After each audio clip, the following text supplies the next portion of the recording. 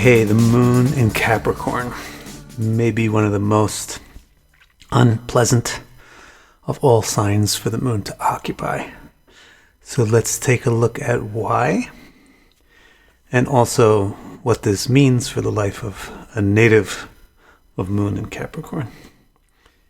The resonances between the moon and Capricorn, almost any way you slice it, comes up dissonant.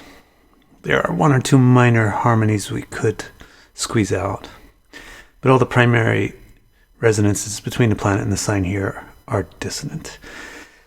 The first one that I'd like to talk about is kind of at the root of it. It's the fact that Capricorn is a very objective sign, but the moon is a highly subjective planet. And what this clash does in terms of interpretation for a native is that people who have moon in Capricorn have a great struggle with this underlying principle of subjectivity versus objectivity. And the way it works out is that they tend to overanalyze subjective things, but underanalyze objective things. And so this can sometimes work out to be an advantage because moon and Capricorn people can actually understand emotions in a way that other people don't, more objectively. And thus they can come to be able to sort of utilize them if they can master this. But the way it works for most of the time with the moon in Capricorn is you're analyzing something you shouldn't be analyzing. This is not an analytical thing. It's not a logical thing. It's just the way somebody feels.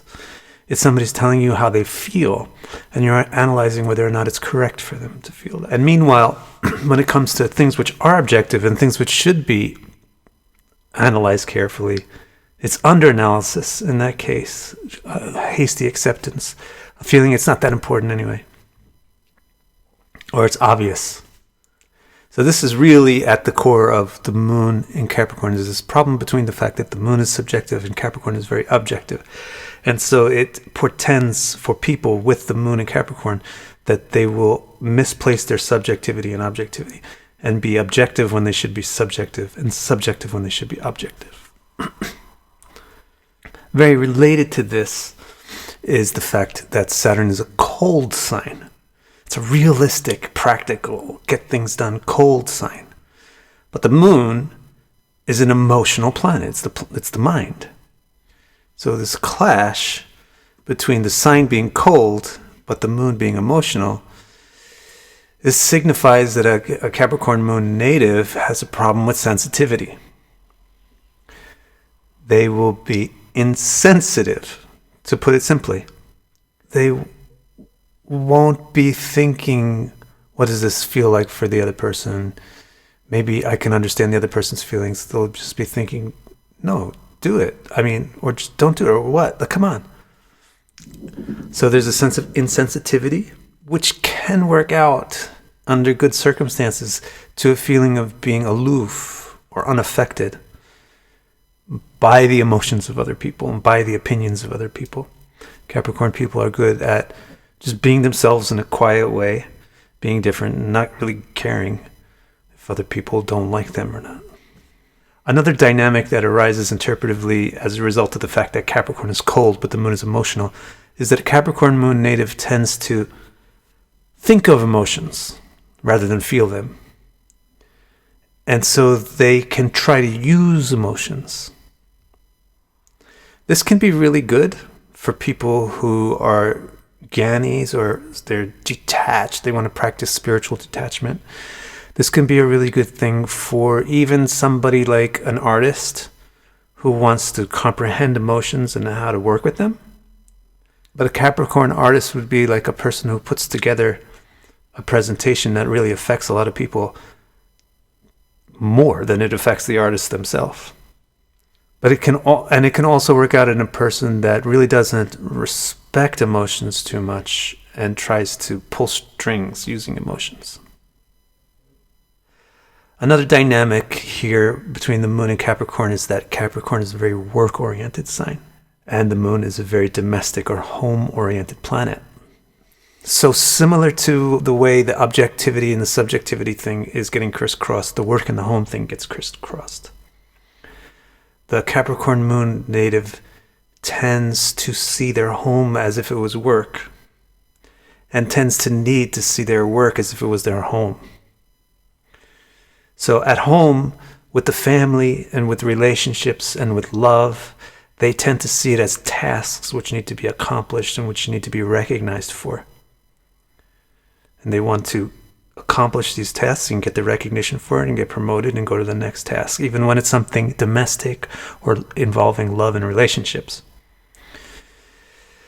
At work, they tend to feel completely bored very easily unless they're doing something that their heart is really in, because they have as much chance of finding their home in their work as they do in finding it in their living room. Because of this dynamic also, a Capricorn moon finds it hard to experience peace and relaxation. Peace and relaxation is domestic. We feel peaceful and relaxed when we're in a safe place. Well, if you've got this clash between the moon representing home and Capricorn representing work, and therefore the work and the home are competing, you don't really have much of a safe place. And so that feeling of not really having a safe place where you can just relax makes it difficult for the Capricorn moon to relax and have recreation. So they may easily move towards intense attempts to find recreation, to find relaxation. The final resonance, dissonant resonance between the moon and Capricorn that I'd like to bring up is that Capricorn is very tenacious. It's as tenacious as a crocodile. And the moon, however, is the opposite of tenacious. It's very flexible, very changeable. It's always changing its shape. And as a result, Capricorn moon natives have a hard time being flexible.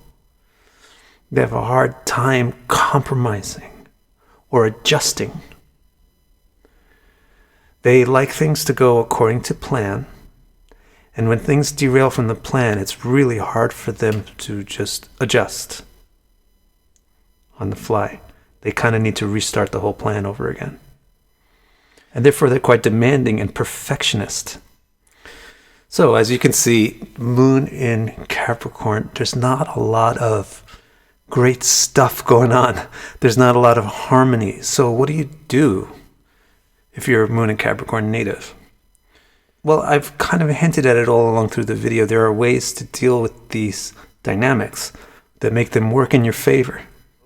A moon in Capricorn person can actually be a great artist, can be a very creative person, working with things like emotions and expressions in the same way that other people work with bricks. They can be very detached and so be impartial and use their coldness to good ends.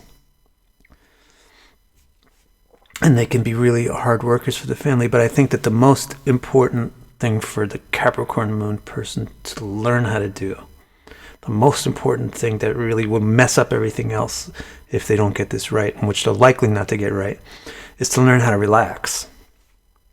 Learn how to relax naturally without the aid of some intense stimulus. And probably the best way for a Capricorn moon to go about doing that is actually to make one of their tasks relaxation. And to do it in such a way where they have a certain block of time in a day where they don't know what they're going to do. They're not really going to do anything. They're just going to try to not do anything and just relax for a short period of time. That's probably the most therapeutic thing for a Capricorn moon person to do, and it will start to adjust all these other dissonances. They'll start to get more familiar with what it's like to be subjective at a subjective moment, and to be emotional at an emotional moment, and to be cold in a cold moment, etc. So that's my suggestion. Now, what we do in these videos with the planets and the signs is I show you a consistent technique that you can use for any planet and any sign. And the technique is very simple. You look for where the planet symbolizes something that's very, very similar to what the sign symbolizes. And once you find that, you assess whether or not the planet and the sign are harmonious about that thing, or whether they're antithetical about that thing. The dissonant resonance reveals what's complex or difficult for the native. The harmonious resonance, on the other hand, indicates what's easy, what comes natural, what's an inherent strength for the native. What I'm teaching you really is the method of how to do astrological interpretation by going down into the engine of the symbolism and comparing the parts. The actual interpretation that you should give is going to be individualized per the individual chart. So if you have person A with the moon in Scorpio and person B with the moon in Scorpio, it's not going to be exactly the same interpretation. Because person B's moon might have an aspect from something and person A's moon doesn't, etc., etc., etc., etc., etc. But what I'm showing you in the videos is the backbone of what a planet and a sign symbolizes. And once you understand that backbone, you modify it based on the circumstances, the extraneous circumstances that are affecting an individual chart. So I hope you really like this system, not just this one video, but all the videos that we do on the planets and the signs. We'll do them all. And I hope you subscribe to the channel so you don't miss any of those. And I hope to see you around soon. Thank you.